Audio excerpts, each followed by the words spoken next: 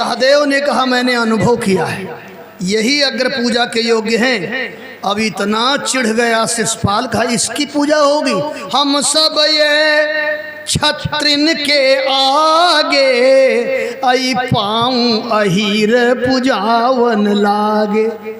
हम सब क्षत्रियों के आगे अहीर की पूजा होगी। लगा गाली देने, अर्जुन से नहीं रहा गया, महाराज गाली दे रहा है। भगवान ने कहा गाली देने दो, हमने इसको क्षमा किया है 99 गाली तक। अच्छा, ये कहानी जब ये सुना, इसकी भी बड़ी विचित्र कहानी। जब ये पैदा हुआ तो इसके 3 नेत्र थे। आकाशवाणी हुई जिसके गोदी में जाने से तीसरा नेत्र गायब होगा उसी के हाथ से मरेगा। जैसे कन्हैया के गोदी में आया, तीसरा नेत्र गायब हुआ। भगवान की बुआ ने कहा लाला ये बड़ा बदमाश होगा, 90 अपराध इसका क्षमा कर देना। भगवान ने कहा जा बुआ, तू 90 कहती है, हमने 99 क्षमा किया। और जब ये थोड़ा सयाना हुआ, इस कहानी को सुना तो 90 गाली देता था, फिर चुप हो जाता था, फिर चाय पानी पिए, फिर शुरू करे, फिर 90 तक जाए, फिर आधा घंटा के बाद शुरू करे। अब इसे क्या पता था कि 99 भी होएगा। आज ऐसी करुणा हुई कि 90, 91, 99 चक्कर छूटा, खोपड़ी कट गई। तीसरा जन्म था, ये भगवान का पार्षद था। एक तेज निकला, भगवान में प्रवेश कर गया। कभी कभी आप लोग एक शिकायत करते हो, जब से होश संभाला तब से हमने ईमानदारी किया है और हम पीछे जा रहे हैं। एक आदमी को मैं जानता हूं जो जिंदगी भर से पाप ही कर रहा है, आगे बढ़ रहा है। ये प्रश्न बहुधा लोग करते हैं, अरे भाई चिंता न करो, अभी उसका 99 पूरा नहीं हुआ है। जिस दिन 99 पूरा होगा, भगवान किसी को छोड़ने वाले नहीं हैं। बल विक्रम बेन दधीच गए और पार्थ गए जिम भारत ठाना, बाली गए बल रूप गए जिनके कखरी दस कंठ लुकाना, गए दुर्योधन जंग जुड़े जिम 64 को सलो छत्र को ताना, और तुलसी ये धरा का प्रभाव यही जो फारा सो झरा जो बारा सो बुताना। आज तक सतयुग से कलयुग के तमाम बदमाशों का नाम आपको याद होगा। बताओ कोई जिंदा हो तो बताओ, है कोई जिंदा? चिंता न करो, जिस दिन 99 पूरा होगा उस दिन गोविंद का चक्र किसी को बख्शने वाला नहीं है, किसी को छोड़ने वाला नहीं है। राजस्व यज्ञ की पूरी तैयारी होने जा रही है। भगवान अगर पूजित बन गए, युधिष्ठिर जी हाथ जोड़ कर आए, बोले लाला सारी व्यवस्था बन गई, 2 काम करने के लिए लोग नहीं मिल रहे हैं, लगता है आपको द्वारिकापुरी से कुछ लोगों को लाना पड़ेगा। कौन कौन काम? बोले आए हुए लोगों का स्वागत सत्कार करना और जूठा पत्तल उठाने वाला कोई है नहीं। भगवान ने कहा ये दोनों काम हम करेंगे।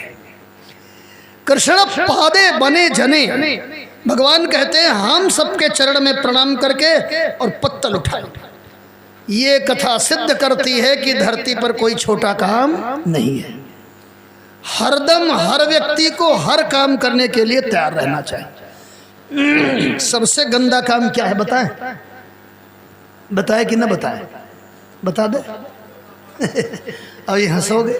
सबसे गंदा काम हर आदमी को सवेरे सवेरे अपने हाथ से अपने करना पड़ता है, और उससे गंदा कुछ हो तो बताओ, है कोई उससे गंदा? उसके लिए हमें पता है शायद राष्ट्रपति या प्रधानमंत्री को भी नौकर नहीं मिलते। इसलिए कभी ये कह करके मत टाल दो कि ये गंदा काम है। रामायण में एक बहुत सुंदर प्रसंग है। सबकी विदाई हुई, अयोध्या में सब चले गए, अंगद नहीं गए। भगवान ने अंगद से कहा तुम क्या करोगे? अंगद ने कहा नीच टहल ग्रह कई सब करी हो, और पद पंकज बिलो की भौतरी हो। हे रघुनंदन, हम अयोध्या में जो सबसे नीच काम होगा वो करेंगे, यहीं रहेंगे। भगवान ने हनुमान जी से कहा भगाओ इसको, तीर्थ में कुछ नीच काम है क्या? इतना गिड़गिड़ाया अंगद, लेकिन भगवान ने रहने नहीं दिया, क्योंकि उसके मुंह से निकल गया था कि नीच काम हम करेंगे, नहीं रुकने दिया भगवान ने।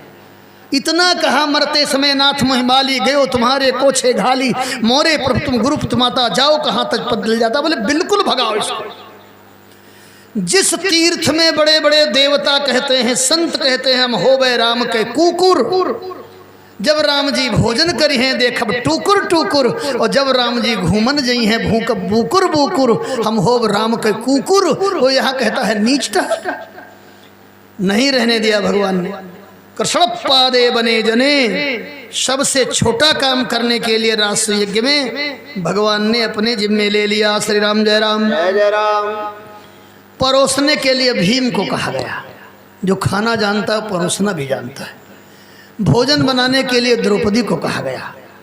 कोठारी दुर्योधन को बनाया गया। कोठारी माने सामान देने वाला। जो अयोध्या में पढ़े हैं इन्हें पता होगा कोठारी। आप लोग नहीं जान पाओगे। जो राशन पानी देते हैं भोजन के निमित्त तो उनको कोठारी कहा जाता है। दुर्योधन ने सोचा बड़ा अच्छा मौका मिला है, अब इससे बढ़िया मौका मिलने वाला नहीं। कोई 5 किलो मांगे तो 10 किलो दे दे, 2 किलो मांगे तो 4 किलो दे दे। सोचने लगा बेइज्जती हो जाए, और बेइज्जती के बजाय युधिष्ठिर का नाम होने लगा। वाह रे युधिष्ठिर, 5 मांगो तो 10, 2 मांगो तो 4। दुर्योधन ने सोचा दे दे देते हम मरे और नाम युधिष्ठिर का हो तो मतलब ही क्या है देने का, अब तो कंजूसी करो। उसी यज्ञ में द्रौपदी से हो गई भूल, और एक वाक्य ने महाभारत करा दिया। देवियों बहुत सावधानी से बोलना चाहिए। परसों कौन सी कथा हुई होगी शायद देवियों को ना याद हो, लेकिन 40 साल पहले किसके घर से लड़ाई हुई थी इनको याद होगा। निमंत्रण देना हो तो माताओं बहनों से पूछ लिया करो, तो वो बतावेंगे कि नहीं 55 साल पहले उनके घर से न्योता नहीं आया था। इतनी स्मरण शक्ति इनकी तीव्र होती है, इतना ज्ञान होता है इनको। और काम में हो ना हो, लेकिन पद सुबद में तो महाराज कोई जा ही नहीं सकता। द्रौपदी से इतनी बड़ी भूल हो गई देवियों, जहाँ जल था बेचारा दुर्योधन समझा फर्श बनी है, और जहाँ फर्श थी समझा जल भरा है। तो द्रौपदी जी धीरे से बोली, अंधेरे के अंधेरे ही होते हैं। इसी एक वाक्य ने महाभारत करा दिया। बहुत संभाल के बोला करो। हम तो यही प्रार्थना करेंगे, जीभ है ना, ये जीभ बड़ी बदमाश है। ये नमकीन खाती है, चाय पीती है, चिकनी चुपड़ी हो जाती है, और तभी संभाल नहीं पाती कि हमें क्या बोलना चाहिए। इतनी बड़ी है ना, बड़ी खतरनाक है। जिह्वा ऐसी बावरी कह गई सरक पताल, जिह्वा ऐसी बावरी कह गई सरक पताल, और अपना कह भीतर गई जूता खात कपार। ये इतनी बड़ी है कह करके आग लगा दिया, लेकिन पीटी जाती है खोपड़ी। इसलिए इस पर अंकुश किए रहो। जिसकी जिह्वा अपने नियंत्रण में है महाराज, कभी उसका कोई हित हो नहीं सकता। इतनी बड़ी भूल द्रौपदी ने कर दिया, और तब द्रौपदी को भरी सभा में नग्न होना पड़ा। हम लोगों को बड़ा तरस आता है कि एक अबला को भरी सभा में नग्न करने का खराब प्रयास किया गया, लेकिन जब द्रौपदी के इस चरित्र को सुनते हैं तो संतोष हो जाता है कि नहीं, गलती तो इन्हीं की है। एक कहावत कभी आपने सुना होगा, और करे अपराध को और पाओ फल भोग। तो द्रौपदी पर यही घटता है कि जुआ तो खेला पांडवों ने, तो द्रौपदी क्यों दांव पर लगाई गई। लेकिन द्रौपदी की पृष्ठभूमि देखिए, 2 जबरदस्त गलती। एक गलती तो ये सुना आपने, और उस समय की जो परंपरा थी, हम तो जब इस इतिहास को पढ़ते हैं तो उन राजाओं पर बड़ा तरस आता है कि ये क्या नियम था समाज का। उस समय नारियों के प्रति ऐसा दुर्व्यवहार। कोई राजा कुछ प्रतिज्ञा कर लेता है, कोई राजा कुछ प्रतिज्ञा कर लेता है, राजकन्याएं बरमाला लेकर के घूम रही हैं, ऐसे ऐसे ही क्या तमाशा था। उससे अच्छा तो आज है, कम से कम माता पिता कहीं बर ढूंढते हैं। और उस समय अब द्रौपदी के बाप ने तपस्या वो प्रतिज्ञा कर लिया, नाचती हुई मछली और नीचे देख करके जो मारेगा उसी से हम ब्याह करें। अब उसमें ये तो नहीं कहा था कि भाई किसी जाति का होगा तो नहीं। और जैसे कर्ण गया, द्रौपदी सभा में आकर कहते सूत पुत्र है, यदि ये ऐसा काम करेगा तो मैं विवाह नहीं करूँ। ये पहली गलती थी। भगवान श्री राम के साथ जब महारानी सीता का विवाह होना था, जनक जी ने भी तो प्रतिज्ञा किया था, और जब बड़े बड़े राजा धनुष उठाने चले तो महारानी सीता भी आ जाती और कह देती कि नहीं नहीं, श्री राम को छोड़कर कोई धनुष तोड़ेगा तो मैं विवाह नहीं करूंगी। लेकिन तब महारानी सीता सती शिरोमणि न कहलाती। महारानी सीता वहाँ घर में बैठी हैं, राजा धनुष तोड़ रहे हैं, उनको अपने भगवान पर भरोसा है। और तब गोस्वामी जी को लिखना पड़ा, सती शिरोमणि सिय गुण गाथा, असोई गुण अमल अनुपम पाथा। और यही उद्दंड द्रौपदी ने किया।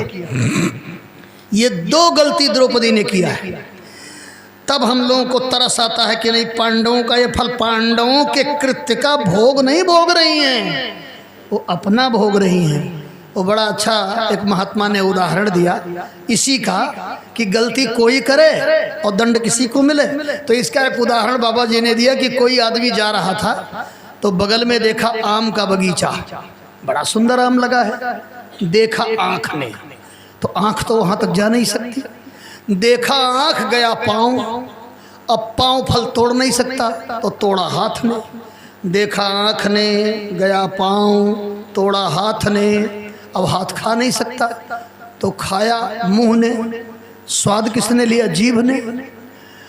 और इतने में आम के बगिया का रखवाला आया और 2 डंडा मारा पीठ पे।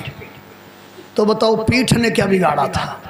जब देखा आँख ने, गया पाँव, तोड़ा हाथ, खाया मुंह, आनंद लिया जीभ ने, तो पीठ ने क्या बिगाड़ा था? अब बिना मतलब पीठ पीटी गई। तो महात्मा जी ने कहा थोड़े और आगे बढ़ो, समाधान हो जाएगा। क्या बोले? जब पीठ पर डंडा लगा तो आंसू कहाँ आए? बोले आँख में। और देखा किसने था? बोले आँख ने। हो गया समाधान। और करे अपराध को और पाओ, फल भोग नहीं है, फल उसी को भोगना पड़ता है जो अपराधी होता है। द्रौपदी को भोगना पड़ा। और इसी बीच में द्वारिकापुरी पर विपत्ति आ गई। शल्य नाम के दुष्ट ने चढ़ाई कर दिया, प्रद्युम्न जी को घायल कर दिया, भगवान छोड़ करके आए हैं। शल्य ने भगवान के देखते देखते वसुदेव जी की हत्या कर दिया। भगवान रोने लगे, माया का वसुदेव बनाया, गोविंद ने चक्कर छोड़ा, उसका काम तमाम कर दिया। विदुरथ दंतवक्त्र को भगवान ने मारा है। बलराम जी यात्रा करने गए, पहुंच गए थे कहाँ? नैमिषारण्य में सूत जी कथा कर रहे थे। बलराम जी भी भगवान के अवतार है। ये नियम है कि कथावाचक यदि गद्दी पर बैठा हो तो चाहे उसका बाप आवे और चाहे गुरु जी आवे, वो गद्दी से ना उठे। ऐसे प्रणाम कर ले लेकिन उठे ना, भगवान आवे तो उठ जाए। और बलराम जी गए तो सूत जी उठे नहीं। बलराम जी को क्रोध आया, बलराम जी ने उठाया कुछ और सूत जी की हत्या कर दी। संतों ने कहा क्यों मारा आपने? बोले उठा क्यों नहीं? कहा हमारा नियम है कि गद्दी पर यदि कोई व्यास बैठा हो तो उठे ना, चाहे जो आवे। बलराम जी ने कहा भगवान आवे तब भी ना उठे? बोले नहीं महाराज, भगवान के आने पर तो उठने चाहिए। बोले तुम तो हमको क्या मान रहे हो? बोले हाँ महाराज गलती तो हो गई, तब अब क्या करें? संतों ने कहा महाराज हमारी कथा बंद हो जाएगी। बलराम जी ने देखा कि संतों का क्रोध चढ़ा हुआ है, बोले जो मारना जानता है वो जीवित करना भी जानता है, कहीं इनको जीवित कर दें। बोले नहीं महाराज आपके हाथों उद्धार हुआ है, हमारे कथा की व्यवस्था कर दो। बलराम जी ने कहा आज से इनकी जगह इनका बेटा कथा करेगा। तो तब से सूत की जगह रोमहर्षण जी कथा करते हैं। बलराम जी ने संतों को कहा और कोई समस्या? बोले महाराज यहाँ एक इलबल का बेटा है बलबल, वो बड़ा बदमाश है, हम लोग यज्ञ करते हैं तो हड्डी फेंक देता है। बलराम जी ने कहा यज्ञ करो उसका उद्धार करें। जैसे ये लोग बोले स्वाहा, अब वो बल बल बल कर करके आया। बलराम जी ने हर से खींचा, मूसर से कूट के काम तमाम कर दिया। इस तरह से ये सारी कथाएं। अब आज की जो मूल कथा है हम उस कथा की ओर बढ़ रहे हैं। सुदामा चरित्र 2 अध्याय में सुदामा जी की कथा है। श्रीमद् भागवत के 10वें स्कंद के 80वें 21वें अध्याय, 80 और 81 अध्याय में सुदामा जी की कथा है। 80वें अध्याय में 45 श्लोक है, 81वें अध्याय में 41 श्लोक है। और दोनों अध्यायों में सुदामा जी की चर्चा है। जो सुदामा की कथा आप लोग सुनते हो वो भागवत में नहीं लिखा है।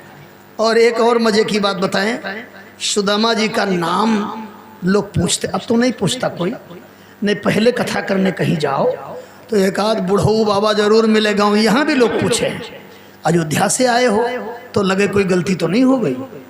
आए तो अयोध्या से। अच्छा सुदामा के बाप का नाम बताओ। ऐसा पूछते थे जैसे हम सुदामे के घर से आ रहे हैं।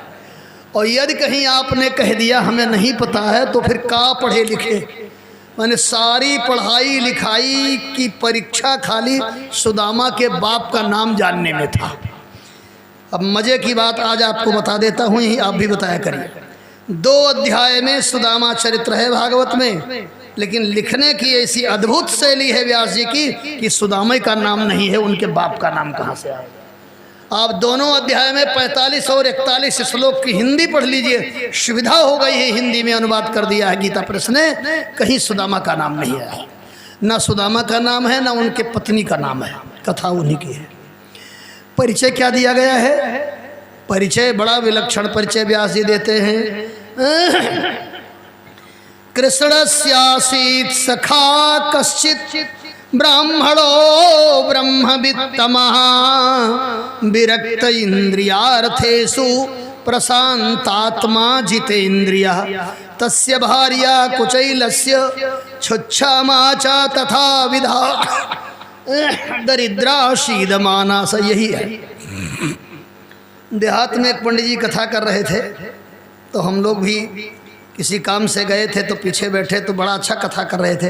बोले भैया सुदामा के नाम पत्नी का नाम रहा सुशीला, लेकिन गरीबी के कारण लोग कुचैला कुचैला कहते हैं। ये कथा ऐसा नहीं लिखा है। कुचैला माने होता है कुत्सिता चैला वस्त्रा। चैल माने संस्कृत में होता है कपड़ा, और कु माने खराब, माने फटहा कपड़ा पहनने वाली उनकी पत्नी थी। नाम नहीं, ना सुदामा का नाम ना उनके पत्नी का नाम। परिचय यही है, भगवान कृष्ण का कोई सखा था। अब ये सखा शब्द बड़े काम का है। सखा में 2 अक्षर है, उलट के पढ़ोगे तो क्या हो जाएगा? खास। सुदामा जी भगवान के खास है। सखा का उल्टा क्या होता है? खास। और सखी का उल्टा खीस। सखी माने कुछ नहीं, जैसे अंगा माने कुछ नहीं, वैसे सखी माने कुछ नहीं। तो ये बेचारी कहेंगी हमको चढ़ा रहे हैं, नहीं वे चढ़ा नहीं रहा, मैं सही बता रहा हूँ। देखो, मरने के बाद न कोई स्त्री होता है न कोई पुरुष होता है, जीव जीव होता है। इसलिए ये भी सखा है और आप भी सखा। ये पाठ मिला है, किसी को स्त्री का किसी को पुरुष का। अपना अपना पाठ ठीक से करो।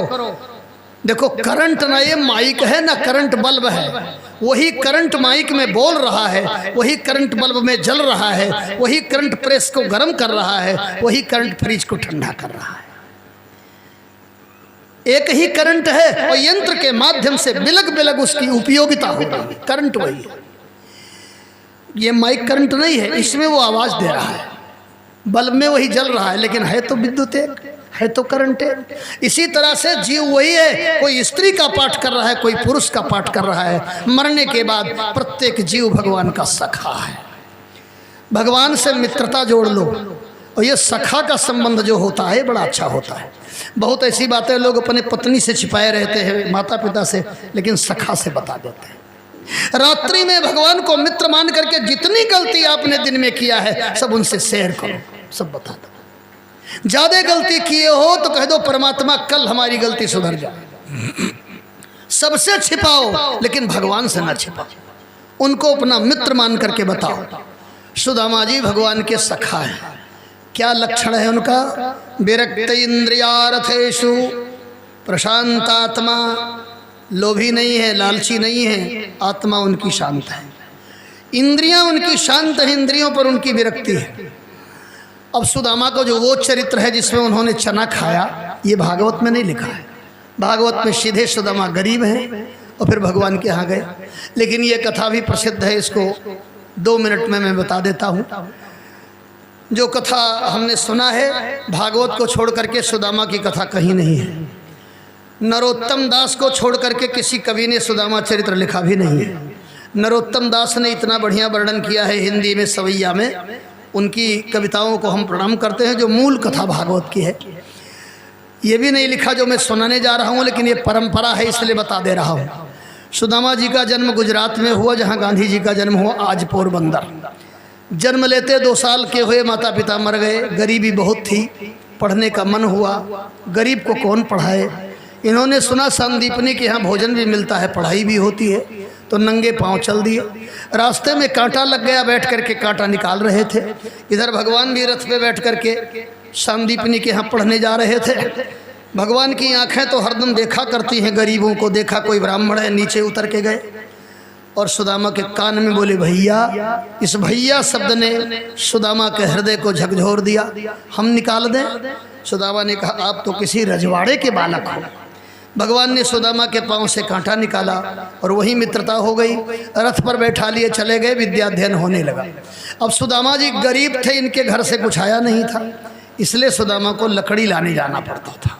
ये प्रकृति का बड़ा बेढंगा नियम है। एक ही विद्यालय में गरीब का बेटा पढ़े और अमीर का बेटा पढ़े, और कहीं मास्टर साहब को तम्बाकू मंगाना हुआ तो किससे मंगाएंगे? उसी से मंगाए, जा ले अरे वही बेचारा जाएगा।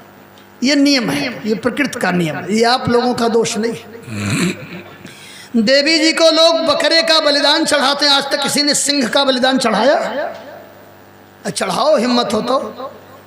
एक कवि ने लिखा, नहीं सिंह को कोई सताया कभी, बकरे बलिदान में लाए गए, और उस सांप को दूध पिलाए सभी, केचुआ कटिया पे लगाए गए। सब टेढ़े पेड़ खड़े ही रहे और उस सीधे पे आरा चलाए गए, और बलवान रहे वे बने ही रहे, पे गरीब बेचारे सताए गए। ये नियम है, प्रकृति का नियम है। झोपड़ी सबनम को तरस जाती है और घटा जो उठती है महलों पे बरस जाती है। सबनम माने आंसू। सुदामा को नित्य लकड़ी लाने जाना पड़ता था। एक दिन लकड़ी नहीं आए, मैया ने कहा आज रसोई कैसे बनेगी? सुदामा ने कहा मैया अभी जा रहा हूँ। भगवान को आज कुछ नया खेल करना था, बोले मैया सुदामा भैया के साथ हम भी जाएं। ना बेटा तुझको भूख लग जाएगी। नहीं नहीं मैया हमें तो जाना है, आज राजा का बेटा जा रहा है, इसलिए 4 मुट्ठी चना मैया ने दिया। सुदामा के लिए नहीं, सुदामा तो रोज आता है भाई, भोजन करता है, लौट के आता है तो, लेकिन अब अकेले के लिए कैसे दे? तो 2 मुट्ठी भगवान का, 2 मुट्ठी सुदामा का। भगवान ने कहा भैया सुदामा बांध लो। कन्हैया ने जाना सुदामा को रोज मिलता होगा, और सुदामा ने सोचा जंगल में भी आज नाश्ता होएगा, लाला रोज चले तो रोज छने वहाँ। दोनों लोग आए, लकड़ी तोड़ा, गट्ठर बनाया, मूसलाधार वर्षा। एक वृक्ष के नीचे कन्हैया, एक वृक्ष के नीचे सुदामा। वर्षा देर तक होती रही, सुदामा को भूख लगी। एक निवेदन और करें आप लोगों से, देखो भाई ब्राह्मण सबसे समझौता करेगा लेकिन भूख से समझौता नहीं करेगा। भूखा ब्राह्मण बाग बराबर। ब्राह्मण का पेट भरे रहो बस। लोग कहते हैं ना ब्राह्मण खाए, इनको खिलाए पिलाए रहो खूब बढ़िया से।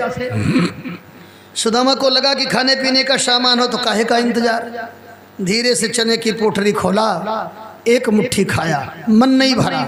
दूसरी मुट्ठी खाया, फिर मन नहीं भरा।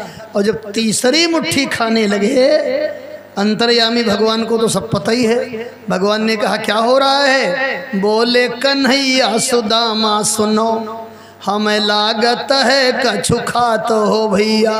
सुदामा जी ने कहा ठंडी से दांत कटा कट कटत और नहीं कछु बात कन्हैया।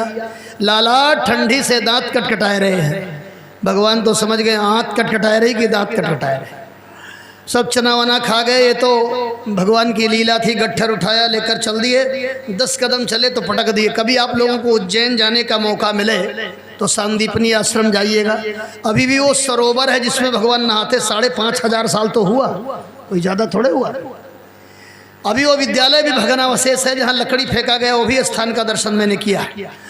भगवान कहते चला नहीं जा रहा है सुदामा, वो चने कहाँ है? सुदामा जी ने कहा गुरुजी इंतजार कर रहे होंगे, भोजन का समय हो गया। नहीं भैया वे चने हैं कहाँ? सुदामा ने कहा लाला 1 मुट्ठी खाया तो मन भरा नहीं, दूसरी भी खा लिया, तीसरी भी और चौथी भी। सकलम भक्षितम कृष्ण तब भागो न वर्तते, हमने तो सब खा लिया।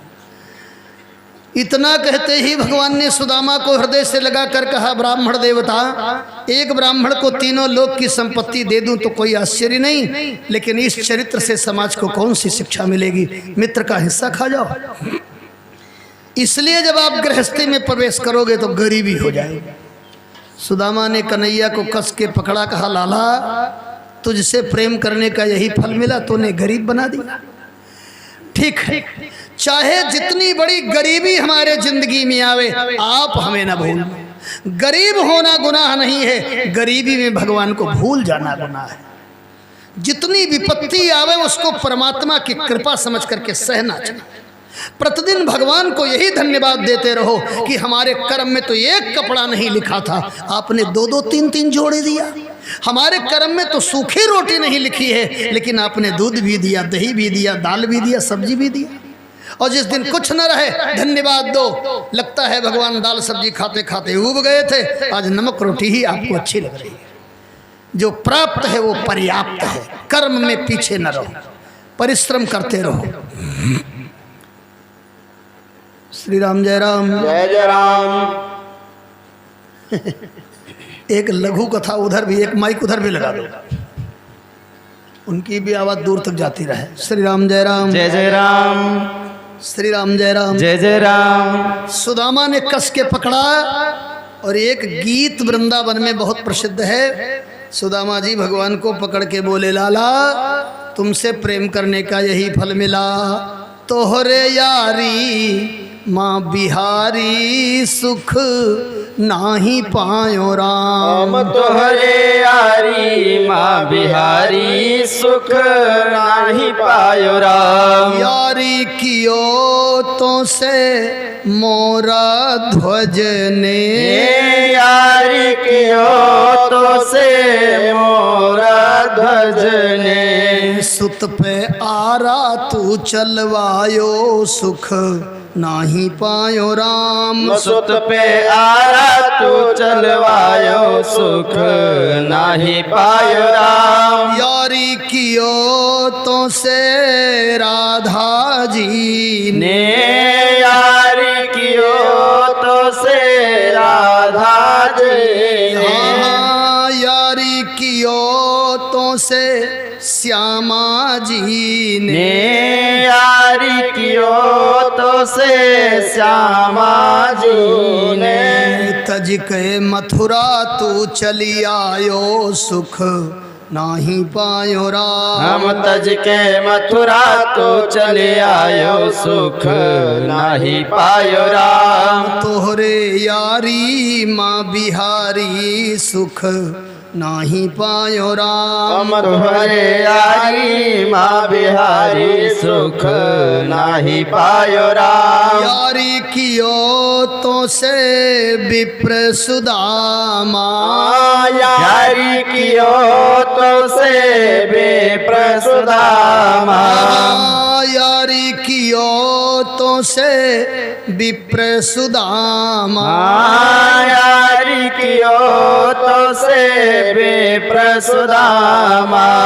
घर घर भिखिया तू मंगवायो सुख नाही पायो राम। घर घर भिखिया तो मंगवायो सुख नाही पायो राम। तोहरे यारी माँ बिहारी सुख नाही पायो राम। हम तोहरे यारी माँ बिहारी सुख नाही पायो राम। दोनों लोग गुरु जी के यहाँ आए, पढ़ाई समाप्त, अपने अपने घर गए। किसी ब्राह्मण ने सुना सुदामा पढ़े लिखे हैं, ब्याह हो गया, बच्चे हुए, गरीबी आई, और बहुत गरीबी आई। इतनी गरीबी आई, कई दिन तुलसी दल गंगा जल पर बीतने लगा।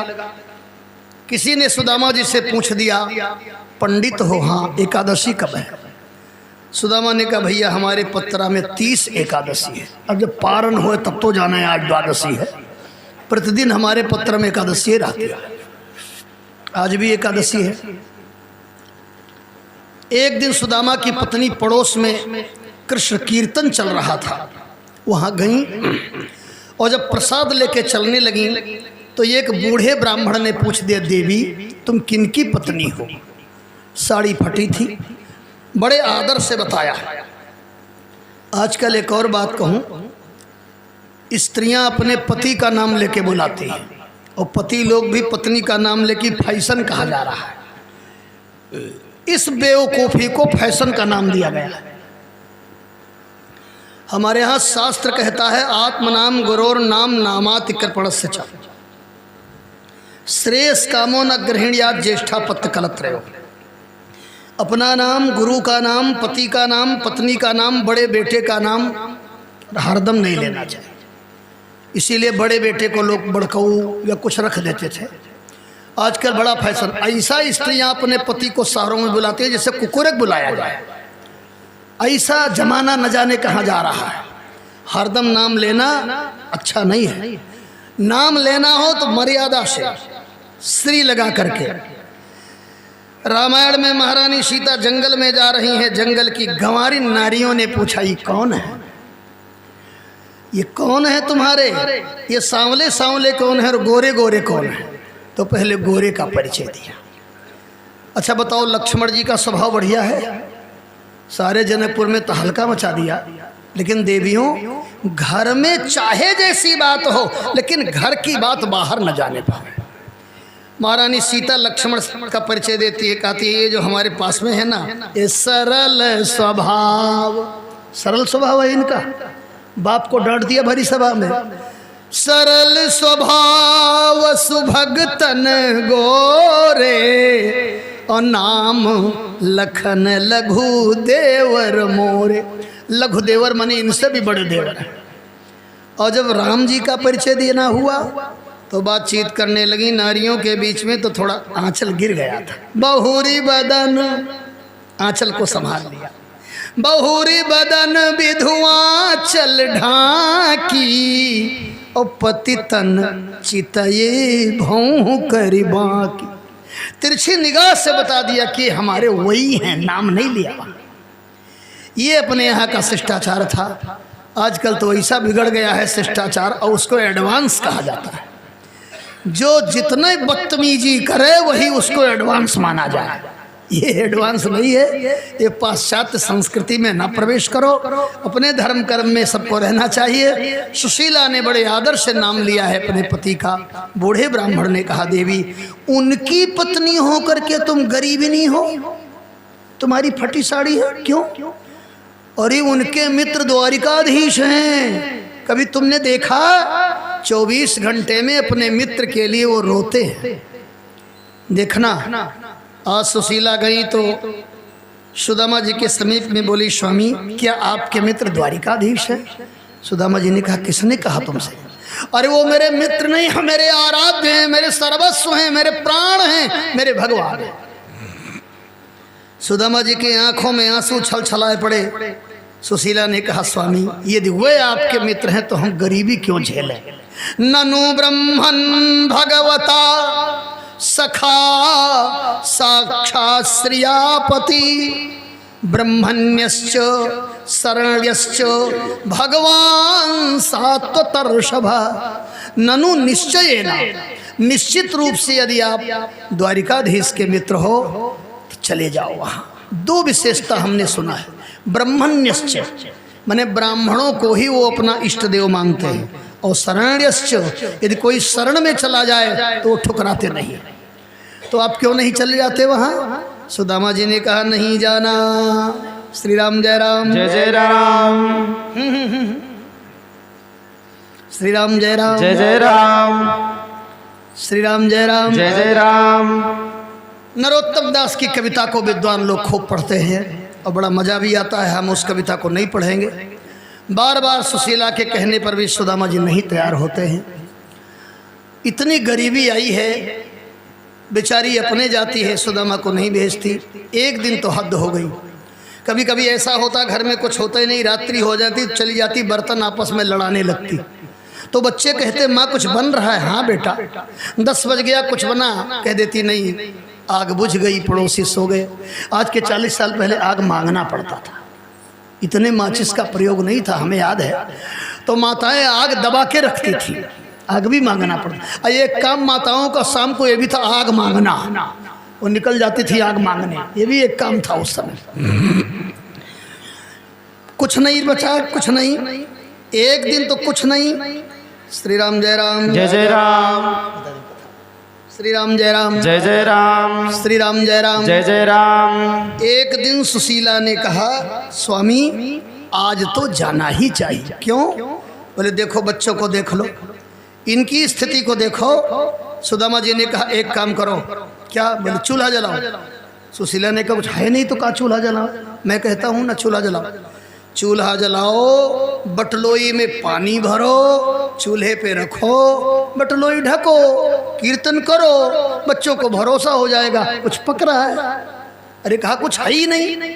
मैं कहती हूँ ना, कहता हूँ ना, पति की आज्ञा है इसलिए चूल्हा जलाया है, बटलोई में पानी भरा है, चूल्हे पर चढ़ाया।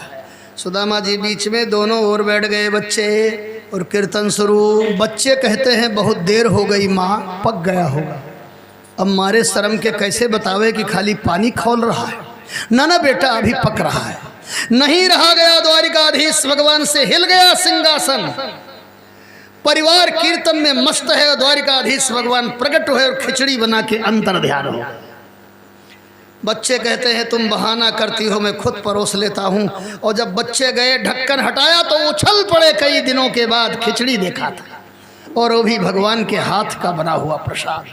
बच्चों ने परोस करके खाया है, सुशीला सुदामा को भी दिया है। और याद रखिए, जब तक लौट के नहीं आए द्वारिकाधीश के दरबार से सुदामा, तब तक सुदामा के बच्चों को भूख नहीं लगी, क्योंकि भूख भी वही देता है और तृप्त भी वही करता है। एक दिन तो सुशीला ने कहा आज जाओ, इन्होंने कहा नहीं। एक ऐसी भाषा बोल दिया कि सुदामा तैयार हो गए। क्या बोल दिया? आजकल की नारी होती तो कह देती जाओ, ब्याह किए हो, बच्चा पैदा किए हो, चाहे जहाँ से लाओ। ऐसी भाषा नहीं कहा, इतनी प्यारी भाषा कहा, स्वामी आप मांगने न जाओ, लेकिन जाओ। किस लिए जाऊं? अयम ही परमो लाभा उत्तम श्लोक दर्शन।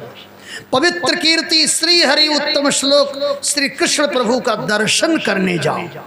दर्शन के नाम पर सुदामा की बूढ़ी शरीर में जवानी आ गई। खड़े हो गए, जरूर जाऊंगा देवी, तुम मेरी पत्नी नहीं हो, तुम मेरी गुरु हो। अब सुदामा जी लगे परिक्रमा करने, तुम हमारी गुरु हो, दर्शन करने जरूर जाऊंगा। और सही बात यही है। पत्नी शब्द का अर्थ होता है पतनात् पतिम रक्षतीत पत्नी। पतन से जो अपने पति को बचावे उसको कहते हैं पत्नी। और किसी का पति तभी पतन से बचेगा जब वो भगवान के साथ में रहे, भगवान के समीप में जाए। सुदामा जैसा अकर्मण्य व्यक्ति तैयार हो गया और चल भी दिया, जरूर जाऊंगा। 2 कदम पीछे लौटे, देवी मेरा उनका 2 संबंध है। वह हमारे भगवान हैं, हम उनके भक्त हैं, तो भक्त भगवान का दर्शन करने जाए तब तो कोई बात नहीं, लेकिन एक दूसरा संबंध है, वो हमारे मित्र हैं। तो क्या मित्र के यहाँ खाली हाथ जाऊं? अस्ति किंचिदुपायनम गृहे कल्याणी दीयताम। हे कल्याणी, यदि घर में कुछ हो तो दो।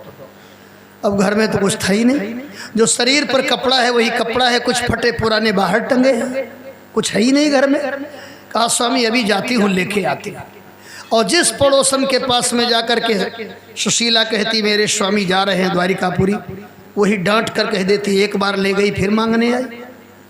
देखो भाई, आमदनी नहीं है तो उधार मिलना भी बड़ा कठिन होता है। आगम है तो लोग उधार भी देवेंगे, और अपने पास आगम नहीं है तो लोग सोच लेते हैं देवेगा कहाँ से। घबराए परीक्षित, तो क्या कुछ नहीं मिला? सुखदेव जी ने कहा मिला। क्या मिला? बोले या चैत्वा चतुरो मुष्टीन विप्रान पृथुक तंडुलान। एक घर में नहीं, 4 ब्राह्मणों के घर में 1-1 मुट्ठी चिवरा मिला। भागवत में चाउर नहीं लिखा, चिवरा लिखा है। तंडुल माने होता है चावल, और पृथुक तंडुल माने होता है चिवरा। एक घर में नहीं मिला 4 मुट्ठी, 4 घर में 1-1 मुट्ठी। अब कल्पना करो, किसी के घर का धनहा, किसी के घर का टुटहा, किसी के घर का पछोरना, 4 घर का 4 तरह का है। और उसको बेचारी आंचल में लेकर के आई, स्वामी स्वामी मिल गया, मानो उनको तीनों लोग की संपत्ति मिल गई हो। सुदामा जी तब दुखी हो गए जब कंधे से उन्होंने गमछा उतारा तो इतना फटा था कि बांधते नहीं बनता। देवी इतनी लंबी यात्रा हाथ में लेके कर नहीं सकता, दूसरा वस्त्र है नहीं घर में, इसको लेके कैसे जाऊं? तो वहाँ भागवतकार कहते हैं या चित्वा चतुरो मुष्टीन विप्रान पृथक तंडुलान चैल खंडेन तान बद्धा भरतरे प्रदादुपाचन उपायनम। चैल खंड माने कपड़े के टुकड़े, कपड़े के टुकड़े में उसको बांधा। तो जब कोई कपड़ा था ही नहीं तो किस कपड़े के टुकड़े में बांधा? तो यहाँ संतों का भाव है। सुशीला ने कहा स्वामी जब तक लौट के नहीं आओगे तब तक मैं बाहर नहीं निकलूंगी, बच्चों से सामान मंगवाऊंगी और मैं अपने साड़ी का आंचल फाड़ देती हूँ। साड़ी का आंचल फाड़ा, उसी में 4 मुट्ठी चिवड़ा बांधा और आंचल सहित चिवड़े को लेकर के कहती है, हे द्वारिकाधीश, ये हमारी गृहस्थी है। आपके भाभी के पास में 4 मुट्ठी चिवड़ा बांधने का भी वस्त्र नहीं है। मैंने साड़ी फाड़ करके आंचल में दिया है। ये वही आंचल है जिससे ढक करके अपने शरीर को रखती थी। ये वही आंचल है जिससे बड़े बूढ़ों के सामने लाज करती थी। ये वही आंचल है जिससे ढककर बच्चे को दूध पिलाती थी। ये वही आंचल है जिससे भगवान सूर्य को प्रणाम करती थी। द्रौपदी के आंचल की लाज तो आपने रखा है, आज सुशीला के आंचल की लाज रखना है। चल दिए सुदामा और मन ही मन में सोचने लगे, इतनी लंबी यात्रा करके कहीं गया और कहीं कन्हैया ने कह दिया कौन सुदामा, किस सन में पढ़े हो। आगे बढ़ने के बाद पीछे कौन देखता है। हमने तो सुना है अधिकारी बाप हो गया तो बेटा हो गया तो बाप ही को नहीं पहचाना। अधिकारी बना बेटा, बाप देहाती मिलने गया तो दूर ही से अधिकारी बेटे ने नौकर से कह दिया गांव का एक बुढ़ा आया, बाहर बैठा हो। सुन लिया बाप ने तो चल दिया। गाड़ी लेके पीछे पीछे दौड़े, बाबूजी बाबूजी। अरे कहा नालायक, तन पेट काट कर तुझको पढ़ाया, आज मैं बुढ़ा हो गया, जा तू जाओ अधिकारी बनता है, बन वहाँ। सुदामा सोच रहे हैं कहीं गया और भगवान ने नहीं पहचाना तब क्या होगा। लेकिन तब तक मानो सुदामा के कान में किसी ने कह दिया, सुदामा ये दुनिया बदल सकती है, प्रकृति बदल सकती है, सूर्योदय पश्चिम में हो सकता है, लेकिन तेरा कन्हैया नहीं बदलेगा, जाओ, वो तेरी प्रतीक्षा में। सुदामा जा रहे हैं गुनगुनाते, जहाँ तक पैदल जाना था चले गए। एक नदी दिखाई पड़ी, बूढ़ी, शरीर थक के बैठ गए। अब लगता है दर्शन नहीं होगा। नींद आ गई बेचारे। आज दोपहर के प्रसाद को द्वारिकाधीश ने नहीं लिया। रानियां पूछने लगी क्या हो गया, दोपहर में आपने भोजन नहीं लिया। भगवान ने कहा स्वास्थ्य नहीं अनुकूल है। भगवान सोचते हैं एक मित्र मेरा भूखा है, करके कहा गरुड़ जाओ, मेरे मित्र सुदामा को अपने पंख पे लाद के ले आओ, उनको पता न लगे। और जिस वातावरण में सोए हैं वैसे वातावरण द्वारिकापुरी के किनारे कर दो, उनको जरा सा भी पता न लगे कि हम अलग कहीं सोए हैं। गरुड़ ने आज्ञा का पालन किया और यही किया है। जब सुदामा की आँख खुली तो देखा समुद्र की गर्जना। लोग बढ़िया बढ़िया सुंदर सुंदर कपड़े पहन के लौट रहे हैं। सुदामा ने पूछ दिया भैया ये कहाँ आ गए। लोगों ने कहा ये द्वारिकापुरी है। और ये द्वारिकापुरी है, ओ हो हम तो सो गए थे, ये तो बड़ा नज़दीक है, हम तो जानते थे बहुत दूर है। अच्छा भैया तो यहाँ एक हमारे बचपन के मित्र हैं, बाल सखा हैं, श्री कृष्ण नाम है, द्वारिकाधीश हैं, उनका स्थान कहाँ है। लोगों ने कहा उनका स्थान वही है जहाँ नगाड़े बज रहे, वेद ध्वनि हो रही, बड़े बड़े राजा लाइन लगा के खड़े हैं अपने मुकुट को उनके चरणों में रखने के लिए। आपको कोई कठिनाई नहीं होगी। सुदामा जी को कोई कठिनाई नहीं हुई और सुदामा जी चले गए। भक्त कवियों ने यहाँ वर्णन किया कि सुदामा की हंसी उड़ाई गई, उनके कपड़े की हंसी उड़ाई गई। ये लोगों का भाव है, लेकिन भागवत में ऐसा कुछ नहीं लिखा। और दूसरी बात, गरीब निवाज के दरबार में गरीब की हंसी उड़ाई जाएगी। सनक सनंदन सनत कुमार की हंसी उड़ाकर 3 जन्म राक्षस हो चुके हैं जय विजय, फिर गलती दोहराई जाएगी। किसी ने सुदामा को रोका नहीं, धड़ाधड़ चले गए। 3 ड्योढ़ी पार किया। 4थी ड्योढ़ी पर एक सेवक ने प्रणाम करके कहा प्रभु कहाँ से आ रहे हो, क्या चाहिए।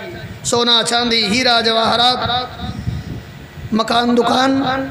सुदामा मन ही मन में सोच रहे लाला ये सब तुम्हारे यहाँ बट रहा है। बोलो बोलो, ये कन्हैया का दरबार है, भगवान का दरबार पहले चिकित्सालय है, बाद में न्यायालय। चिकित्सालय हॉस्पिटल और न्यायालय में अंतर होता है। किसी की खोपड़ी फट जाए तो क्या डॉक्टर ये कहेगा किसके सामने लाठी लगी है, गवाही लाओ तब दवाई करेंगे। उसका नियम है तुरंत तो औषधि शुरू करें, बाद में न्याय करा जाएगा। तो ये भगवान का दरबार है, बोलो क्या चाहिए। सुदामा जी ने कहा हमें कुछ नहीं चाहिए। ये सब कौन दे रहा है, यहाँ के मालिक दे रहे हैं। सुदामा जी ने कहा हम उन्हीं को चाहते हैं। और कितनी ऊंची बात बोल गए सुदामा। आप लोग भी सीख लो, भगवान से न मांगो, भगवान को मांगो। सेठ से न मांगो, सेठ को ले लो।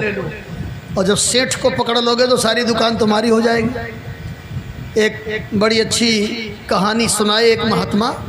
एक राजा ने एक बाजार लगवाया और उस बाजार में ये नियम किया कि एक सामान कोई भी व्यक्ति जिस पर हाथ रख दे वो ले जाए फ्री।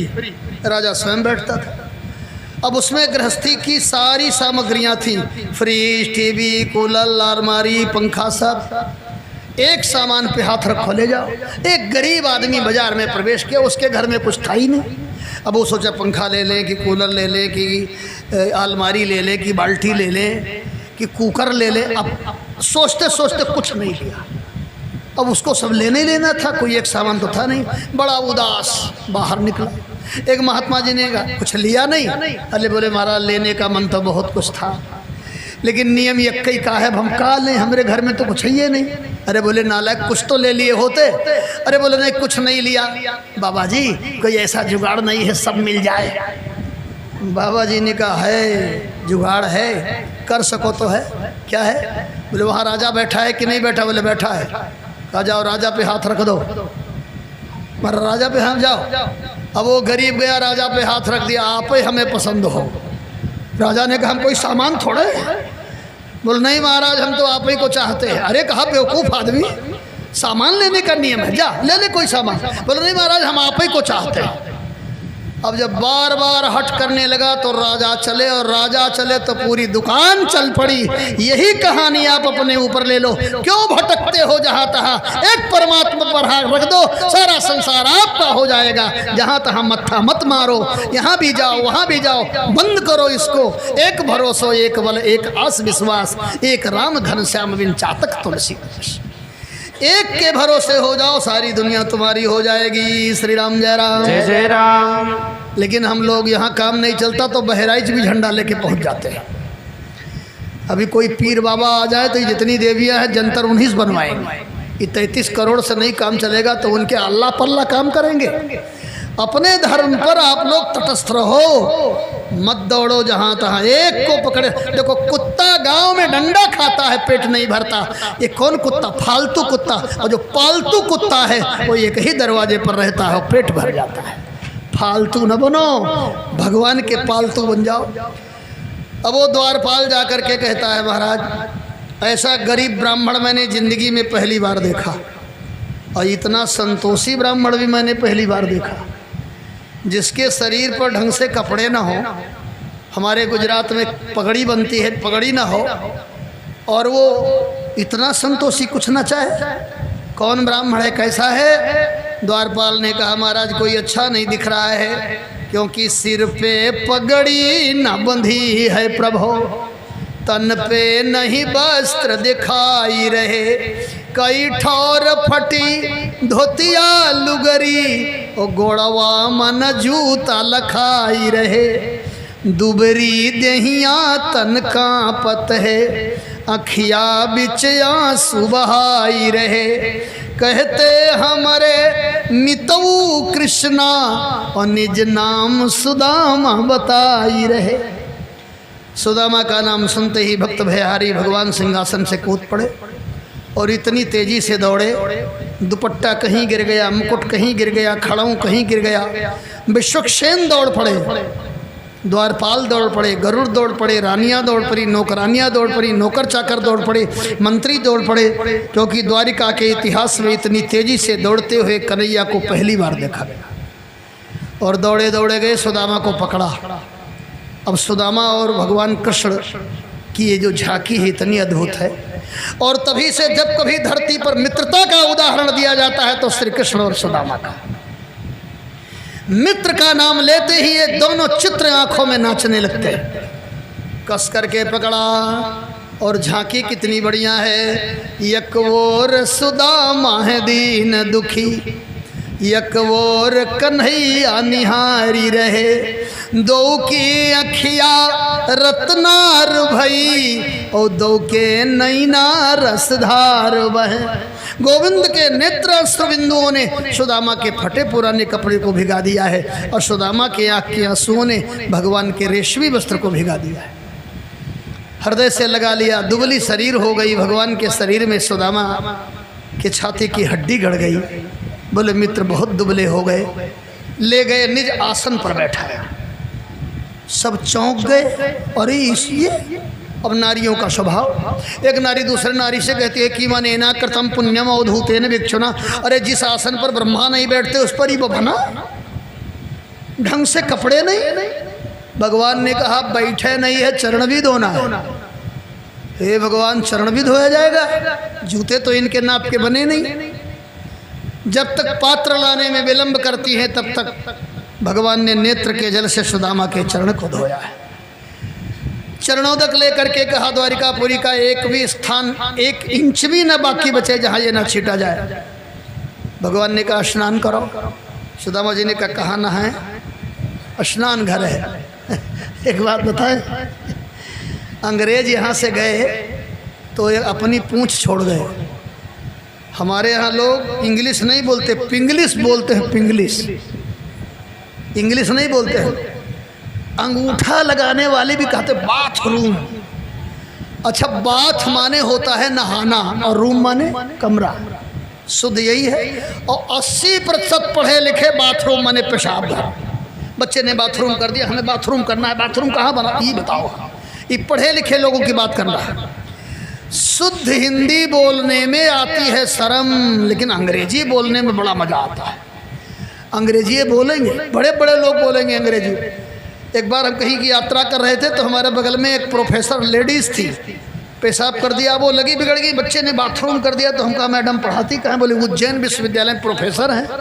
तो हमका बाथरूम माने क्या होता है? बोली मतलब हमका अलग अलग कर बताओ, हम तो संस्कृत पढ़ने वाले, ज़्यादा पढ़े नहीं अंग्रेजी। तो बताई वो बात माने। तो हमका कहाँ इसने स्नान घर बना दिया यार। बेचारी बड़ी लज्जित हुई। हमारे देश में अंग्रेजी हर आदमी बोलता, हिंदी बोलने का प्रयास नहीं करता। श्री राम जय राम जय जय राम। सुदामा जी स्नान करने गए, स्नान किया, रेशमी कपड़ा पहना, अकेले में भगवान ले गए। बोले सुदामा सब ठीक ठाक तो है ना? सुदामा जी ने कहा हाँ। मन ही मन में सुदामा ने कहा कन्हैया मर जाऊंगा लेकिन गरीबी नहीं कहूँगा, ब्राह्मण हूँ। ब्राह्मण टूट जाएगा लेकिन अपनी विपत्ति नहीं कहेगा। अंतर्यामी को अपनी सुविधा समझाऊं रे, समझ लो। बहुत पूछा, भगवान ने कुछ नहीं कहा। भगवान ने कहा भोजन बनाओ, नौकर चाकर नहीं बनाएंगे। रानियों ने सुंदर सुंदर व्यंजन बना करके तैयार किया, आसन लगा दिया, सोने चांदी की कटोरियाँ लगी। सुदामा जी बैठे। सुदामा ने कहा आजा कन्हैया साथे साथ खाएंगे। भगवान ने कहा नहीं, हमारे घर में आए हो, पहले शुरू करो, उठाओ खीर उठाओ, मधुर मधुर मीठे मीठे से शुरुआत हो। सोने की कटोरी, चांदी का चम्मच सुदामा ने हाथ में लिया और जैसे हाथ में लिया परिवार याद आया। वो आदमी कौन जो अपने रसगुल्ले खाए परिवार भूखे मरे। कटोरी लिए मानो दिखाई पड़ा कि ब्राह्मणी कहती है स्वामी 3 दिन बीत गए। बच्चे कहते हैं बाबूजी, कांप गया हाथ, गिर गई कटोरी। समझ गए भगवान, इसको परिवार याद आया। क्या हुआ मित्र? बोले कुछ नहीं, रास्ते की थकान है। रात्रि में भगवान ने बहुत पूछा लेकिन सुदामा ने नहीं बताया। सवेरे सवेरे फिर जलपान की कटोरी आई, फिर सुदामा जी को परिवार याद आया। भगवान ने रुक्मिणी से कहा देवी, तीनों लोकों में ऐसा निष्किंचन ब्राह्मण मैंने पहली बार देखा। ऐसा निर्लोभी, ये मर जाएगा लेकिन अपनी गरीबी नहीं कहेगा। एक काम करो, ब्राह्मण घर में रहे तो नित्य पूजा करनी चाहिए। पूजा की थाली ले। पूजा की थाली आ गई, आरती जलाओ। रुक्मिणी ने कहा महाराज मित्र के प्रेम में इतने उतावले हो गए, पूजा की पद्धति भी भूल गए। अरे पहले चंदन लगाओ, मीठा खिलाओ, फिर आरती। बोले नहीं, पहले आरती। आरती जलाया गया। आरती के लौ में ऐसे भगवान ने देखा सुदामा के मस्तक में लिखा है 6 श्री मने दरिद्रता। अब भगवान ने चंदन लिया, चावल लिया और जहाँ 6 लिखा था वहीं लगा के कस के रगड़ दिया। अब 6 हो गया, गायब लिखा रह गया श्री। बोलिए भक्त वत्सल भगवान की जय। यही भगवान ने सुदामा को माला माल कर दिया। कुछ दिन सुदामा रहे, जाने लगे। भगवान ने कहा अभी न जाओ, आपका अभी नागरिक अभिनंदन करेंगे। पूरे द्वारिका में ढिढोरा पीटा गया। कल मित्र का हम नागरिक अभिनंदन करेंगे। सुधर्मा सभा। सुधर्मा सभा माने आजकल की भाषा में टाउन हॉल। एक ऐसा हॉल जिसमें पूरे नगर के लोग बैठ सके। पूरे नगर के छोटे बड़े बूढ़े नर नारी बैठ गए। बीच में भगवान बैठे सुदामा जी के साथ। भरी सभा में सुदामा का हाथ पकड़ा और बोले मित्र एक बात बताओ, अपि ब्रह्मन् गुरुकुलात् भवता लब्ध दक्षिणात् समावृत्तेन धर्मज्ञ भार्योढ़ा सदृशी नवा। हे ब्राह्मण, जब आप गुरुकुल से लौटे तो ब्रह्मचर्य आश्रम को छोड़ करके समावर्तन किया आपने, और समावर्तन किया तो ब्याह किया। तो एक बात बताओ मेरे मित्र, तेरे को दुल्हन कैसे मिली? भार्योढ़ा सदृशी नवा, तुझको पत्नी सुंदर मिली कि नहीं? जैसे दो कन्याएं ससुराल से लौटे तो आपस में बात करती हैं, दो मित्र बहुत दिनों के बाद मिले तो घर गृहस्थी की बात करते, वैसे भगवान पूछ रहे हैं तेरे को दुल्हन सुंदर मिली कि नहीं? भार्योढ़ा सदृशी नवा। सुदामा चुप। भगवान ने कहा सही बताओ मित्र, बोल नहीं रहे हो, कैसी मिली पत्नी? फिर सुदामा चुप। भगवान ने कहा मित्र भाभी जी कैसी मिली? अब तो सुदामा के आंख से आंसू निकल पड़े, और आंसू देख करके भगवान सोचने लगे शायद लड़ने वाली मिल गई, शायद कुरूपा मिल गई। सुदामा अच्छी नहीं मिली क्या? इतना भगवान के मुंह से निकला तो सुदामा जी ने कहा नहीं कन्हैया ऐसा न कहो, हे श्याम, हे कृष्ण, मेरी पत्नी बहुत सुंदर है, इतनी सुंदर पत्नी दुनिया में किसी को मिल नहीं सकती कन्हैया, जितनी सुंदरी हमारी पत्नी है, एक नहीं है आपके यहाँ। अब तो सब नारियां भगवान की सोचने लगी। अभी सुदामा जी कहेंगे लंबी है, चौड़ी है, गोरी है, काली है, सांवली है, दुबली है, पतली है, लेकिन धन्य हो सुदामा, सुंदरता की व्याख्या कोई सीखना हो तो सुदामा से सीखो। सुदामा ने कहा प्रभु बहुत सुंदर है। कितनी सुंदर है सुदामा? बहुत सुंदर है स्वामी। कितनी सुंदर है? सुदामा जी ने कहा ऐसी नारियां बहुत होगी प्रभु दुनिया में जो पति को खिलाने के बाद खाती होंगी, ऐसी भी नारियों की कमी नहीं होगी प्रभु जो पति की आज्ञा मानती होंगी, ऐसी भी नारियां बहुत होगी जो पति का पांव दबाकर सोती होंगी, ऐसी भी नारियों की कमी नहीं होगी कन्हैया जो पति के बिना पूछे एक पग कहीं नहीं रखती होंगी। लेकिन हे कृष्ण, हे श्याम, ऐसी कौन नारी होगी जो जबरदस्ती ढकेल के आपके पास तक पहुंचा दे? और इससे बढ़कर कोई सुंदरता और हो तो हमें बताओ। मेरे जैसा अकर्मण्य व्यक्ति कहीं जाने वाला नहीं। और मन ही मन में सोचने लगे दूसरे घर से 4 मुट्ठी मांग के ला करके और अपनी साड़ी का आंचल फाड़ करके ढकेल के ठेल के यहाँ तक पहुँचा दिया। अब इससे बड़ी सुंदरता क्या हो सकती है? भगवान ने हृदय से लगा लिया धन्य हो सुदामा, तुम्हारी पत्नी बहुत सुंदर है। अच्छा एक बात बताओ, चलाही से आ रहे हो कि घर से? नहीं, घर से तो हमारे लिए कुछ दिया है। अब तो सुदामा बेचारे सोचने लगे नारी के साड़ी के आंचल में बंधा हुआ 4 घर का 4 मुट्ठी चूड़ा, मारे शर्म के उसको छिपाए जा रहे। सुदामा कहते हैं कुछ नहीं दिया है, कुछ तो दिया होगा। और यहाँ आप लोगों से प्रार्थना करूं, हमारे पढ़े लिखे विद्वान वही सुदामा चरित्र गाते हैं, आगे चना गुरु मातु दये तेले तुम चाबी कभी नहीं दीना। ये गलत बात है। मैं यहाँ नरोत्तम दास की कविता का विरोधी हूँ, भले उन्होंने अपना भाव लिखा हो, लेकिन भागवत में ऐसा कुछ नहीं लिखा है। क्या भगवान मित्र को अपने पास बैठा करके चिढ़ाएंगे? गलत बात। भागवत में ऐसा नहीं, यही लिखा है ये क्या रखे हो बस खींच लिया। ये नहीं कहा कि चोरी अभी तक गई नहीं, ये सब गलत बात है। ये सब जो विद्वान लोग कहते हैं मैं उनसे भी प्रार्थना करता हूँ। 2 प्रार्थना गोंडा जिले में मैं करता हूँ, सुदामा चरित्र को बर्बाद मत करा जाए। एक तो सुदामा बनते हैं वो तेलहा वलहा पहन के आते हैं। जिन सुदामा ने भगवान से नहीं मांगा और लोग उनसे 10-10 रुपया भीख मंगवाते हैं, वो चलते हैं झोरी वोरी लेकर के और तब उसमें लोग 10-10 रुपया डालते हैं और हिलते डुलते वो आते हैं। ये सुदामा चरित्र के साथ इतना बड़ा मजा, ये भद्दा मजाक किया जा रहा है सुदामा चरित्र के साथ में। ये प्रथा बंद होनी चाहिए, सुदामा बनना बंद करा देना चाहिए। एक हमारे विद्यार्थी नवाबगंज में हमसे पढ़ने जाते हैं, गए तुम्हारे खुशी के बोले महाराज जी हम कहा, बोले हम सुदामा बने थे। तो हम कुछ देर चुप रहे, अब वो लगे दिखाने अपन जटा वटा। इसके बाद हमने कहा कल से तुम पढ़ने मत आना। बोले क्यों, गलती हो गई? उनका नालायक कहीं के, और पाठ नहीं मिला तुमको? तुम सुदामा बने, तुम पढ़ लिख करके दरिद्र बने, सुदामा तुम बन सकते हो, यही करते हो। बेचारा बड़ा शर्माया और जिस पंडित जी के साथ बना था उनसे जाकर के बताया कि ऐसा ऐसा हमको डांटे, अब हम आपके साथ नहीं बनेंगे। सुदामा और ये गोंडा जिले में है, जब गोंडा जिले में कथा करता हूँ तो कहीं कहीं लोग पूछते हैं सुदामा। वो ब्रजविलास जी के हम कथा कर रहे थे रामविलास जी के घर, तो उनके भाई ने कहा कि महाराज जी सुदामा, कल सुदामा को मंगावे। हम कहा आधा पाव मंगा लो। तो कहीं नहीं, आधा पाव कौन सुदामा है। तो हम कहा तब क्या मंगाओगे। बोले एक लोग बनते हैं। हम कहा हमारा उनसे है विरोध, अब मत बनवाना।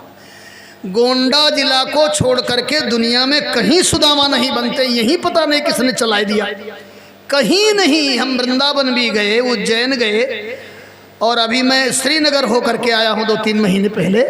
कहीं हमने ये प्रथा नहीं सुनी। हमारे जिले की एक अनोखी प्रथा है, सुदामा बुलाए जाते हैं, वो तय करने लगे हैं। वो भी कहते हैं हम 2100 लेंगे तब चलेंगे, बनाएंगे। अब बताओ, इसलिए ऐसा मजाक करना आप लोगों से प्रार्थना है बंद करिए। सुदामा जी से भगवान कहते हैं कुछ लाए हो। सुदामा जी मारे शर्म के देना नहीं चाहते। भगवान ने खींच लिया। और एक निवेदन करूं इस कथा पर जो मेरा अपना चिंतन है, ये बताओ आप सभी लोग निरंतर कथा सुनते हो, ये 4 मुट्ठी चिवड़ा जो सुदामा जी मांग के लाए हैं, अपने लिए लाए हैं क्या? ये भगवान के लिए लाए। ये सुदामा की धरोहर है, सुदामा का बैंक बैलेंस है, ये सुदामा का प्रेम है। और प्रेम अकेले में किया जाता है, वो अकेले में देना चाहते हैं, लेकिन भगवान सुदामा के प्रेम को सार्वजनिक करना चाहते हैं। तीनों लोक के मालिक ने सुदामा पूरी बना दिया तो कौन बड़ी बात हो गई भाई। यदि किसी अरबपति ने 1000-2000 दान कर दिया तो कौन आफत आ गई। तीनों लोक के मालिक ने एक मकान बनाया तो क्या हो गया, लेकिन 4 मुट्ठी चिवड़ा इकट्ठा करने में सुदामा दोनों प्राणी को एड़ी से चोटी तक पसीना बहाना पड़ा। वो सुदामा की जिंदगी की कठोर कमाई है, जिसको बेचारा छिपाया जा रहा है। इतनी बड़ी बड़ी विपत्ति में उसको छिपाया है, उसको देना चाहता है, लेकिन अकेले में देना चाहता है। भगवान सुदामा की व्यवस्था समझ गए और जैसे पोटरी में हाथ लगाया, जिनके चरण की धूली पत्थर को नारी बना सकते हैं, उनके हाथ में कोई करिश्मा नहीं है क्या? जैसे हाथ लगाया, भगवान को तो पता चल गया ये सुशीला का आंचल है, लेकिन हाथ लगाते ही भगवान के वो कपड़ा इतना सुंदर बन गया, वो रेशमी कपड़ा हो गया। वो हीरे जवाहरात के बेल बूटे लग गए, उसमें सोने चांदी के सलवे सितारे लग गए। वो चम चम चमक रहा है सूर्य जैसा। खींच लिया पोटरी, नारियां उचक उचक के देखने लगी। अब पता चला इनके मित्र कैसे हैं। ये गुदड़ी में लाल रखे थे, अब जब कपड़वई इतना सुंदर है तो कौन पूछने जाए उसमें क्या रखा है। भरी सभा में भगवान ने खोल दिया पोटरी, एक मुट्ठी लिया। अब वो धनहा चिवड़ा कहीं गड़ा होगा भगवान के मुंह में। सुदामा को बाएं हाथ से पकड़ करके बोले, मित्र आज तूने मेरा बचपन वापस कर दिया। बड़े बड़े लोग सोने चांदी का सिंहासन बना देंगे, बर्तन बना देंगे, मुकुट बना देंगे, लेकिन बचपन तूने दिया। ऐसे मेरी मैया यशोदा मेरे दुपट्टे में बांध देती थी, मैं पनघट पे बंसी बट पे खाता था। आज मेरी मैया यशोदा याद आ रही है, आज मेरे बाबा नंद याद आ रहे हैं, आज मेरे सखा याद आ रहे हैं, आज मेरा वृंदावन याद आ रहा है। सुदामा ये हम बड़े स्वाद से, और खाते ही भगवान ने निर्देश दे दिया सुदामा पूरी बने। एक मुट्ठी में ही सुदामा पूरी बनने लगा।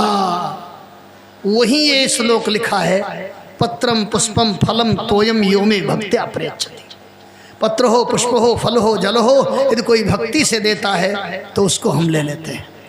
भगवान कहते हैं दुनिया वालों में बिक रहा हूं, कौन खरीदेगा? धनियों तुम नहीं खरीद सकते, व्यापारियों तुम नहीं खरीद सकते, विद्वानों तुम भी नहीं खरीद सकते, कलाकारों तुम भी नहीं खरीद सकते। यदि पूछ दिया जाए क्या कीमत है आपकी, भगवान कहते हैं मैं बिक रहा हूँ तुलसी दल मात्रेण चुल्लुकेन जलेन चा विक्रीणी मोसमात्मानम भक्तेभ्यो भक्तवत्सला। मैं तुलसी दल और एक चुल्लू जल पर अपने को बेच देता हूँ, लेकिन कौन खरीदेगा? बोले भक्तेभ्यो भक्तवत्सला, हमको तो भक्त खरीद सकता है। दूसरी मुट्ठी खाने चले तो पकड़ लिया। रुक्मिणी ने मत खाओ। भगवान ने कहा क्यों देवी? रुक्मिणी जी ने 3 कारण से भगवान को दूसरी मुट्ठी नहीं खाने दी। हमारे यहाँ भागवत के जो देहात के विद्वान लोग हैं वो पोथियों नहीं पढ़ते कि कभी पोथियों पढ़े। घिसी पिटी खाए मुट्ठी दूसरी ये नाथ कियो, वह सुदामा का भागवत पढ़ते हैं लोग। भागवत में सकृत जगधो एक ही मुट्ठी खाया है। सुदामा चरित्र जो लिखा नरोत्तम दास ने कोई भागवत नहीं है, उसी को लोग गाते फिरते हैं। खाए मुट्ठी दूसरी, एक ही मुट्ठी भागवत में खाया है और दूसरी मुट्ठी में पकड़ लिया। सकृत जगधो। 3 कारण से रुक्मिणी जी सोचने लगी कच्चा चिवड़ा खाने का अभ्यास नहीं है, एक मुट्ठी बहुत हो गया। और दूसरी मुट्ठी में कहती हैं स्वामी ये सेवरी का स्थान नहीं है जो अकेले रहोगे, यहाँ हम भी हैं, हम आपकी अर्धांगिनी हैं, हमारा भी हिस्सा होता है, अकेले अकेले कैसे खाओगे। और कहीं भगवान कह दें 16,108 दाना भी तो इसमें नहीं। रुक्मिणी ने कहा उसकी चिंता आप ना करो, ये 3 मुट्ठी को हम पीसेंगी, कूटेंगी, घोलेंगी, चम्मच से लेंगी कि 1 चम्मच, लेकिन हमारा अधिकार है, इसलिए रोक लिया। और तीसरी बात सोचने लगी कि कहीं एक ही मुट्ठी में जब सुदामा पूरी बनने लगी तो दूसरी मुट्ठी में ये नियम न लगा दें कि आधी रानियाँ यहाँ आधी रानियाँ वहाँ, तो पहले हम ही को जाना पड़ेगा वहाँ, इसलिए रोक लिया। सुदामा को भगवान ने बहुत कुछ दिया और इशारा कर दिया आँखों में, न तुम्हारा कोई जाने न हमारा कोई जाने। जब हमने पोटरी खोली तो हमने जाना, और जब तुम घर जाओगे तब जानोगे। हमारा देना लेना कोई देख नहीं सकता है, ईश्वर का देना लेना बड़ा गुप्त होता है। सुदामा जाने लगे, भगवान ने वो कपड़े भी उतरवा लिए जो रेशमी पहने थे। बड़ा आश्चर्य होता है, इतने कठोर क्यों हो गए। ये कथा हमारे देश के नेताओं को सुननी चाहिए। भगवान ने सोचा है रेशमी कपड़ा पहन करके कहीं हमारा मित्र निकला और द्वारिकापुरी के किसी व्यक्ति ने कह दिया आया था भिखमंगा बन के जा रहा है राजा बन के, आया था फटहा पहन के जा रहा है रेशमी पहन के, तो हमारे मित्र की छाती फट जाएगी। कोई हमको कठोर कहे लेकिन मेरे मित्र की निंदा न करे। सुदामा जी चले हैं, भगवान कहते फिर आना। और तब मैं फिर यहाँ कथावाचकों को सावधान करता हूँ। वही नरोत्तम दास की कविता फिर लोग गाते हैं, अरे वो क्या देगा जो लुगाई चुराता है। बिल्कुल गलत बात है। पूरे रास्ते सुदामा जी एक ही बात कहते जा रहे हैं, क्वा हम दरिद्रो पापियान क्वा कृष्णा श्री निकेतना। कहाँ हम दरिद्र पापी और कहाँ श्री के खजाना प्रभु आपने पत्नियों से भोजन बनवाया, अपने हृदय से लगाया, चरण दबाया। कितने कृपालु हो प्रभु। धन इसलिए नहीं दिया कि एक दरिद्र ब्राह्मण धन पावेगा तो बौराई जाएगा। धन नहीं है तो एक चिंता, धन कैसे आवे, और धन आ गया तो 3 चिंता, धन कैसे बाढ़े, धन की रक्षा कैसे हो, धन की उपयोगिता कैसे हो। तो पहला वाला बढ़िया है, कम से कम एक चिंता है, आवे कैसे। सोचते सोचते भगवान का गुणानुवाद करते करते अपने झोपड़ी पर पहुँचे तो झोपड़ी गायब, वहाँ महल बना है और दरवाजे पर हाथी झूम रहे हैं। पहरेदारों ने कहा कहाँ से आए महाराज। अरे बोले यही हमारा घर था। वो घर कहाँ चला गया। बोले महाराज ये तो सुदामा जी का था। बोले कहाँ गए सुदामा। बोले द्वारिकापुरी गए। सुदामा जी ने सोचा लगता है कोई सेठ है सुदामा नाम का, उसका व्यापार द्वारिकापुरी तक है। अरे भैया हमारी झोपड़ी तब तक देख रही थी, पत्नी आई आरती लेकर के प्रणाम करने चली, रोक दिया। देवी तुम कौन हो। कहा मैं देवी वो भी नहीं हूँ, आपकी वही पुरानी नौकरानी सुशीला। अरे नहीं नहीं तुम तो राजरानी हो। नहीं महाराज आप पहचानो। सुदामा ने कहा ये सब कैसे हुआ। कहा ये सब द्वारिकाधीश की कृपा हुई। क्या प्रमाण है। सुशीला भगवान को बुलाने लगी, आ जाओ स्वामी। भगवान प्रकट हुए, बोले सुदामा ये हमारी कृपा का फल है। सुदामा ने कहा इतने बड़े मकान में मैं कैसे रहूँगा प्रभु, घमंड हो जाएगा। अच्छा बढ़िया बात है, 1 लाख किराया दे के रहो, 1 लाख रुपया महीना, तो घमंड नहीं होगा। और कहीं 10,000 की झोपड़ी बनाए तो यहाँ से सुप्रीम कोर्ट तक लड़ाई लड़ोगे, क्योंकि उसको अपना मान लेते हो। भगवान कहते हैं इस मकान में जितनी संपत्ति है सब पर तुलसी दल रख दो, सब हमारा मान करके तुम उपयोग करो। आप लोग भी यही करो, जो भी आपने बनाया है कह दो सब भगवान का। आप कौन हो। हमको भगवान ने नौकर रखा है। अयोध्या वृंदावन में जितनी संपत्ति है सब भगवान की है। तो ये महंत लोग कौन है। बोले ये नौकर हैं, सरबराकार है। सरबराकार माने उसको संभालने वाला। इस तरह से सुदामा चरित्र पूर्ण हुआ।